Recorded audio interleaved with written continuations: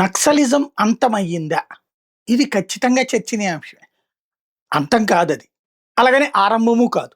మళ్ళీ పునర్వైభవం అసాధ్యం. ఎందుకంటే ఇవాల్టి యువతరం తుపాకులు పట్టుకుని అడవుల్లో కూర్చుని ఎవరినో ఫోనుల్లో బెదిరించి ఏదో పని జరిగిపోతుంది అనుకోవట్లేదు.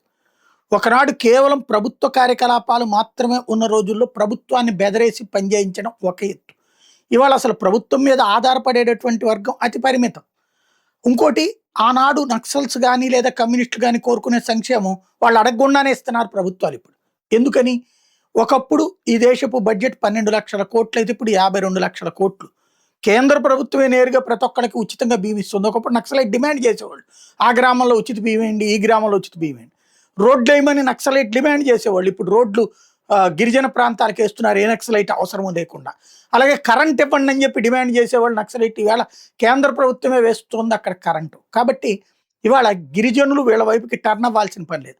ఒకప్పుడు ఈ అటవీ ప్రాంతాలని మైనింగ్ వాళ్ళు తవ్వేసుకుంటున్నారు, లేకపోతే ఇంకొకళ్ళు దోచేసుకుంటున్నారు అన్నటువంటిది నక్సలైట్లు చెప్పేవాళ్ళు.